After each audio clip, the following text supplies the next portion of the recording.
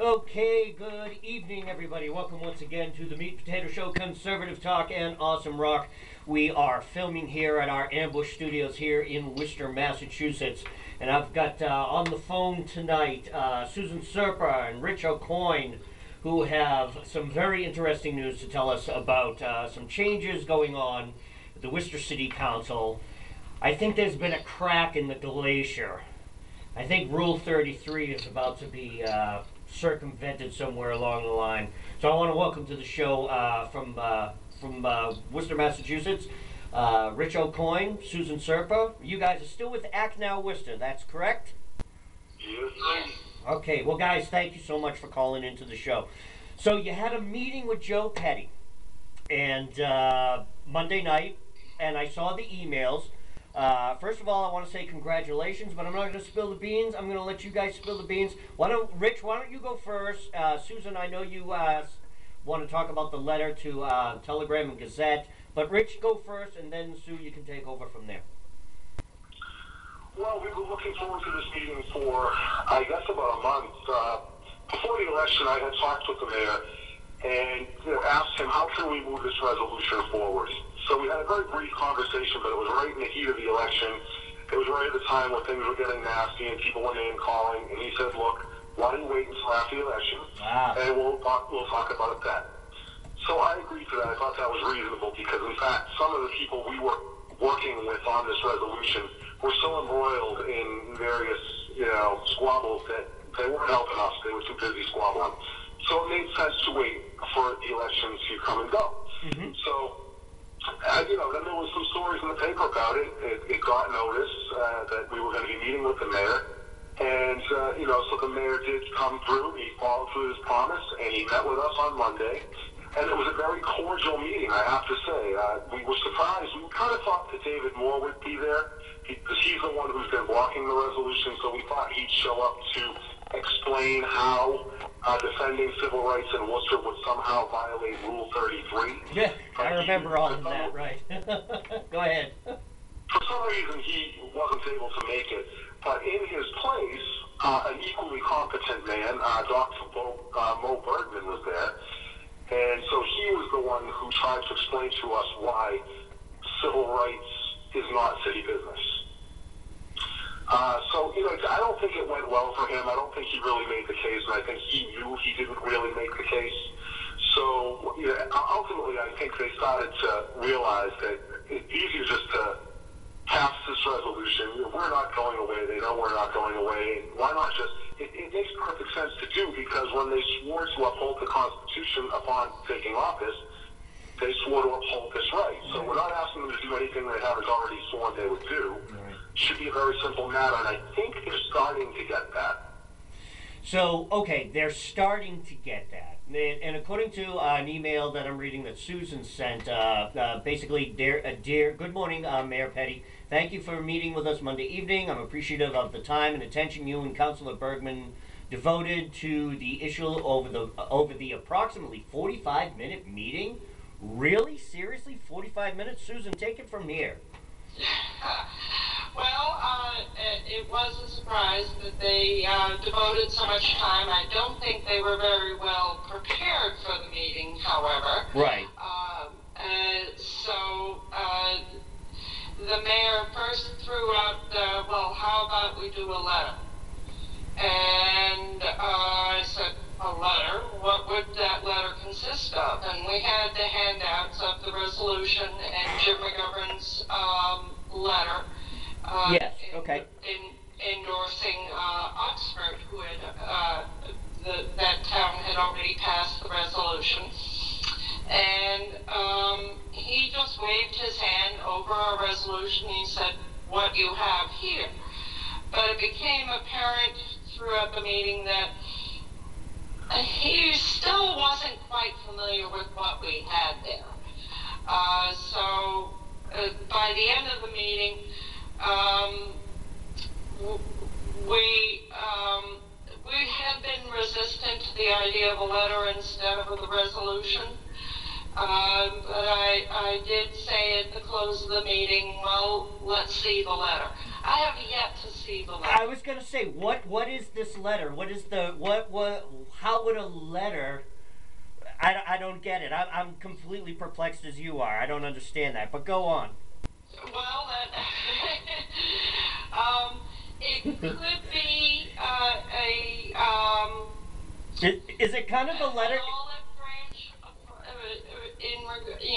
The mayor may see this as like an olive branch to our cause. I'm not sure. Or it also could be a stall tactic. Yeah. But either way, I think if he does produce a letter, then how can we, the city council, vote it down once we reintroduce the legislation? Yeah, well, here's the thing. Yeah, again, okay, a letter. All right, what? You're right. What letter? What is this letter going to consist of? He doesn't have the letter. He obviously, as of yet, hasn't produced a letter. What amazes me, and you had said just a moment ago, was that, you know, it didn't seem like Petty knew what we were talking about. Okay, so when Petty was actually physically at some of these city council meetings, and you guys are up there in your orange jumpsuits, what, is Petty like taking a vacation or something? I don't understand. What? You know? Well, Wouldn't to the way we did our protest. Wouldn't the guy ask? It's like, hey, who are these? I've been at these city council meetings for the last 3 months. Who are these guys up in the orange jumpsuits? Oh, they're the, you know. I mean, one thing they did focus on was whether or not we're from Worcester. So I think the perception has been that we're a single issue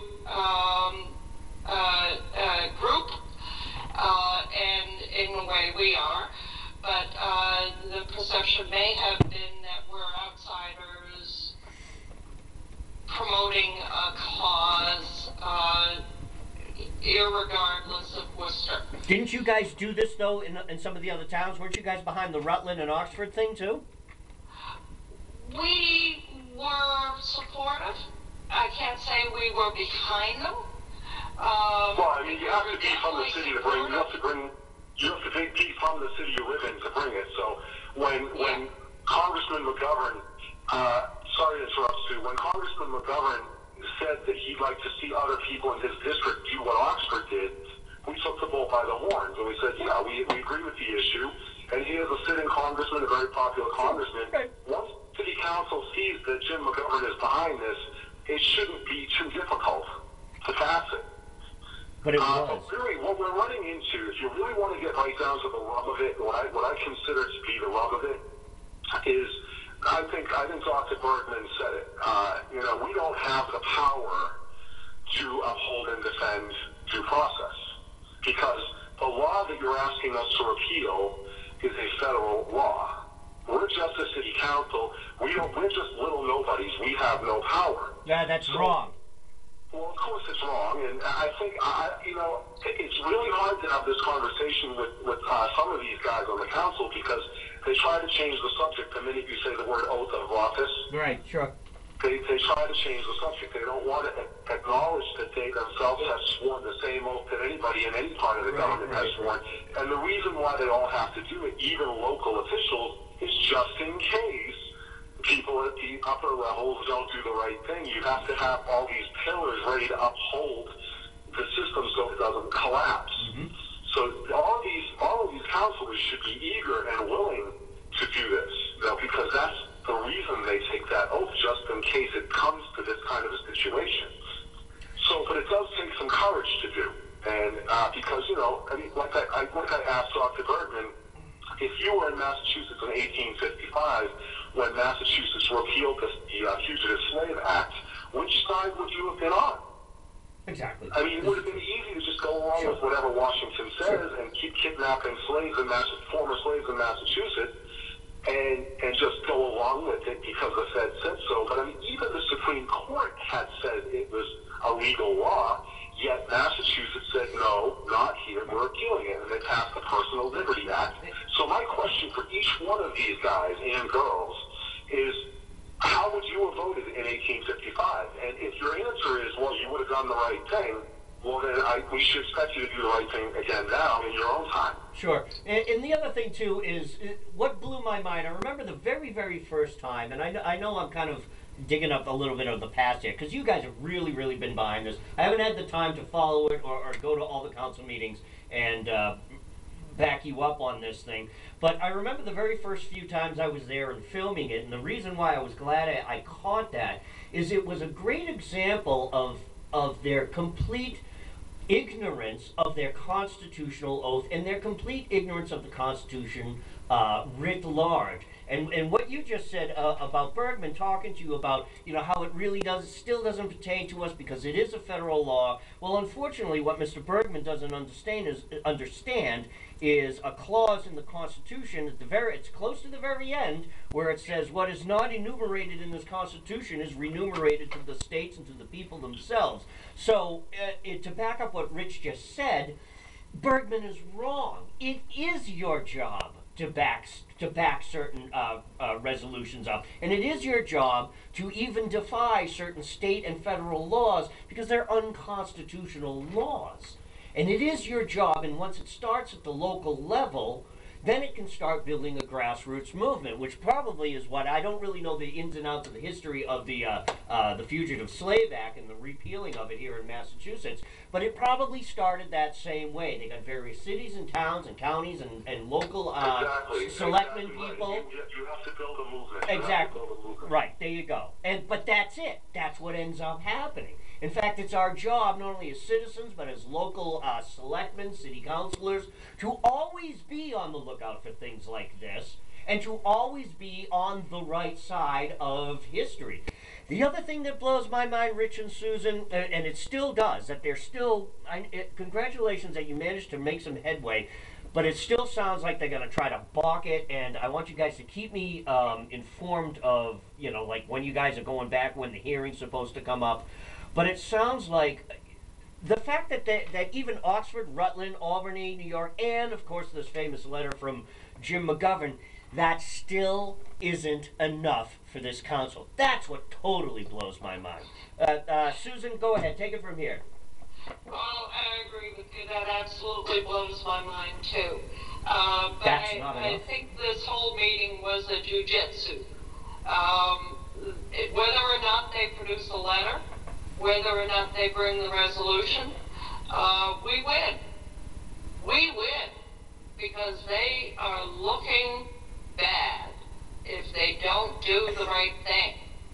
How's your press coverage going on this? I know you wrote a letter to the TNG. I don't know. Did you send me an email copy, or is it? Do you? Yeah, you were copied on the letter we sent to Nick Kotsopoulos. Nick Kotsopoulos has been reporting on this pretty routinely. Yeah. And I think his coverage has been fair. My only wish would be that he would have. I don't know if he did try to get comments from the mayor for any of these stories or from any of the councilors that we talked about, because we talked about Connie Lukes, we talked about various councilors with him, but yet he never got a comment from them. He just kind of reported what we were doing and we were saying, and that's great, but I think it would be more interesting if he'd get comments from them. Now, maybe they're not willing to comment, and I think that might be the case. I think they've just been thinking if they ignore us long enough, we'll go away. But like we said to them, because they seem to think that this is all coming to a head now, and we're either going to get this resolution passed or we're not. And we made the point that it doesn't matter to us because we're going to keep fighting. We're not going to go away just because this council doesn't do the right thing. There'll always be another council. So, it is a matter of persistence, perseverance, and standing up for what's right. And, we just got to keep going.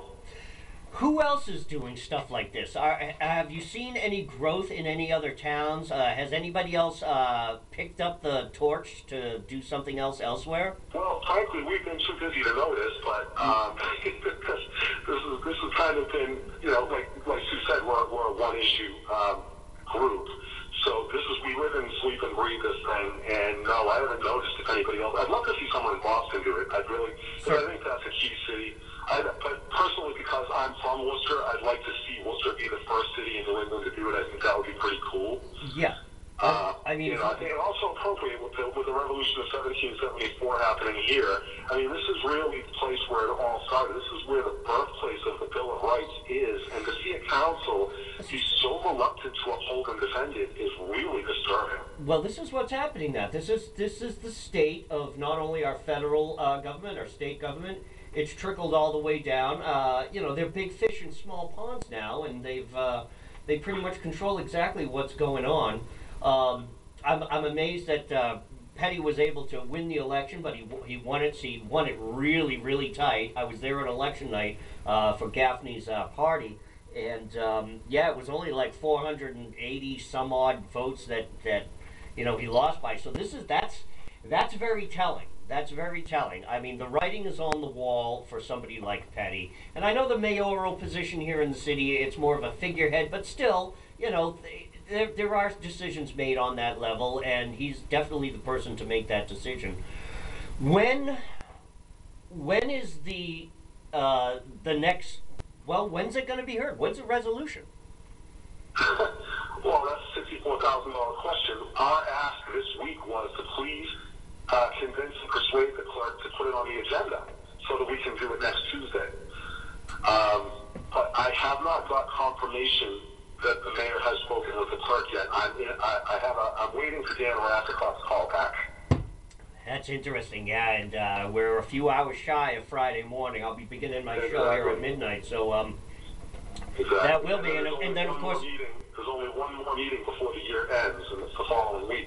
Yeah. So if we want this council to vote on it, then we time's of the essence. We have to move quickly. However, there will be, like I said, there'll be a council after this one, and we don't quit. So, but it would be nice. And this is what I told them. I said we deserve an up or down vote. We've earned it. We've been here for 40 weeks with orange jumpsuits. Do you really think that's how we wanted to spend our Tuesday nights? Exactly. Because we believe in this cause. So we have earned, right? That's why I don't like being compared to other groups. Oh, the floodgates will open. If we do this, then everybody and his mother will be here with various pet issues, as if upholding and defending the Constitution is a pet issue. But, let that go. But anyway, Sue, say something. Yeah. Well, I did want to reiterate that, I am a Worcesterite. Been here since 2002. I have family roots in Worcester, going back a couple hundred years. I care about the city. Yes, I care about due process and, combating NDAA 2012 and our Constitution. But that's not all that I'm about. I really do love this city. I want to see the city do the right thing. I think it's an extremely important city. It's the second largest city in New England. Mm-hmm. It's the birthplace of the revolution.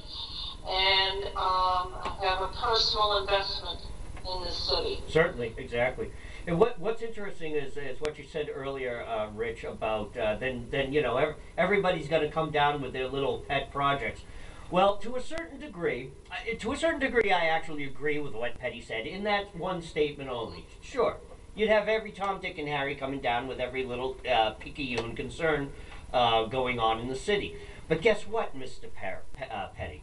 That's the city's residents' job, to come to the city council with every little picayune thing. Even if it is, we've been trying to get this pothole fixed on whatever street for the past year and a half, and no one's fixed it. As minor as that might sound, these people pay taxes, and they want some redress of grievances. Hello, again, read your Declaration, read your Constitution, guys. I mean, it really blows my mind that they have absolutely no clue. This might come to as a shock to some people listening, but we're actually not opposed to Rule 33. We think there's a place for Rule 33. If someone comes to the council with something that clearly is not city business, then they should not be allowed to put it on the agenda. And there does need to be some kind of a system to determine that, hopefully reasonable. But to say that defending civil rights is not city business, it just stretches Rule 33 to the point of breaking. It's absurd on its state. It is, absolutely it is. And again, I remember that. I remember when they brought it up, I was like, what is Rule 33? You guys did the research, I looked into it, and instantaneously I was like, what a bunch of horse shit this is. It's unbelievable. Well, it is. It really is.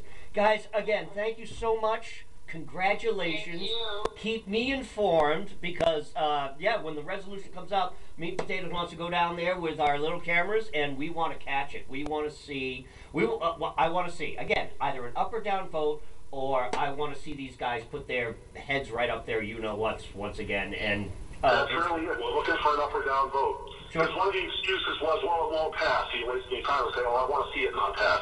Exactly. Right. Give us a fair shot. Right. Exactly. Hey guys, I'm going to let you go. I'm going to get some things going for the show later on tonight. I want to thank you so much for calling in. I'm going to produce the video and you'll see it on social media.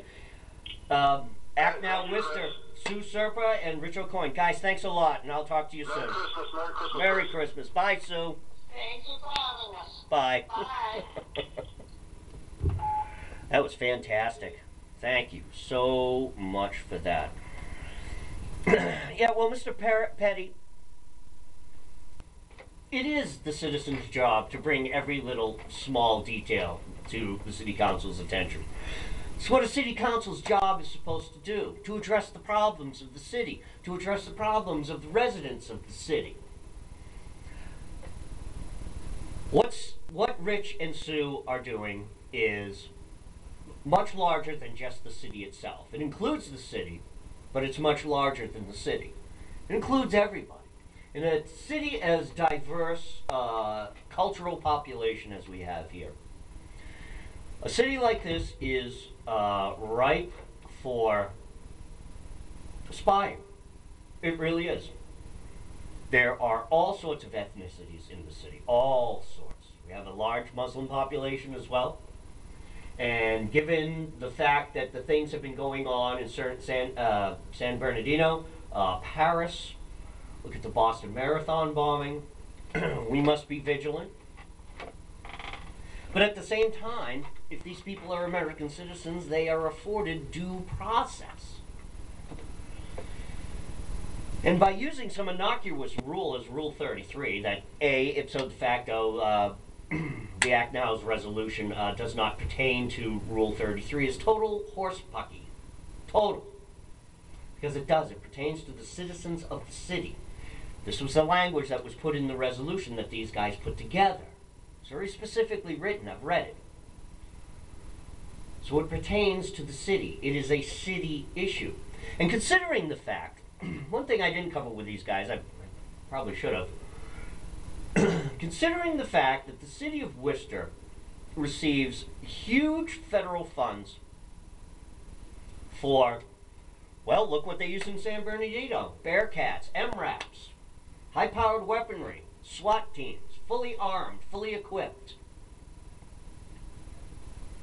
I think the citizens of the city have a right to question how this money is being spent, to question what is the process that's being employed to gather this surveillance, gather this information, whose phones are being tapped, who's being looked at. And I understand for national security, they can't always tell us that, well, you know, we're looking at this group over here, and then suddenly that group realizes it's like, wow, we're being watched, okay, we're out of here. I understand that. I understand that. National security. I'm talking about people like you and me. I'm even talking about, I mean, look at your kids. Your kids are on cell phones all the time. It must be either amusing or annoying to the NSA when they're listening in to your 17-year-old daughter's telephone conversations about some guy she likes at school or whatever. It must be either amusing or annoying. But all that information's being gathered, and it's all being data mined, and it's and I'm sorry, this is one of the things I agree with Rand Paul on, is that yeah, it's completely unconstitutional, and it has no basis or bearing in our society. It's called the FISA Court. You have a suspicion, you get a warrant. It's that simple. Go back to old-fashioned law enforcement, old-fashioned, you know, beating the streets, espionage. You know, the way we used to do back in the Cold War, and when you have a reasonable suspicion, you present it to a judge, and the judge writes you a warrant. And there you go. The Meat and Potato Show, conservative talk and awesome rock. We'll be back later on for the show, and thanks again, Sue and Rich.